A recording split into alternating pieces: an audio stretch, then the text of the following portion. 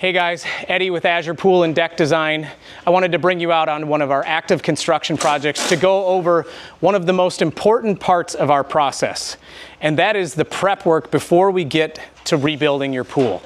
And the specific part I'm talking about is our pool shell inspections. It's what we go through after we drain the pool to make sure that when we come and we put your new tile and your new finish on, that it's going to last for another 15 to 20 years.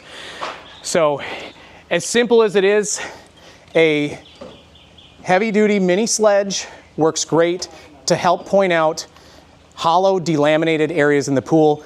I've already marked this one here, and I wanted to go over what we found, but you can hear it. The finish itself has begun to delaminate from the steps, and when we actually look at what's happening in the shell itself, you can see that the gunite is beginning to return to sand. And a lot of the reasons that this happens is undiagnosed leaks. So we look at, okay, well, when was this pool built? Back in the heydays, 2006, 2007, when builders were crushing out 3 pools a day. Your shotcrete companies are all tired and hot. They don't have time to wait for extra trucks of concrete to come out. So the strength of your concrete comes from the sprayer. It is actually the pressurized spraying of concrete that is building your structure.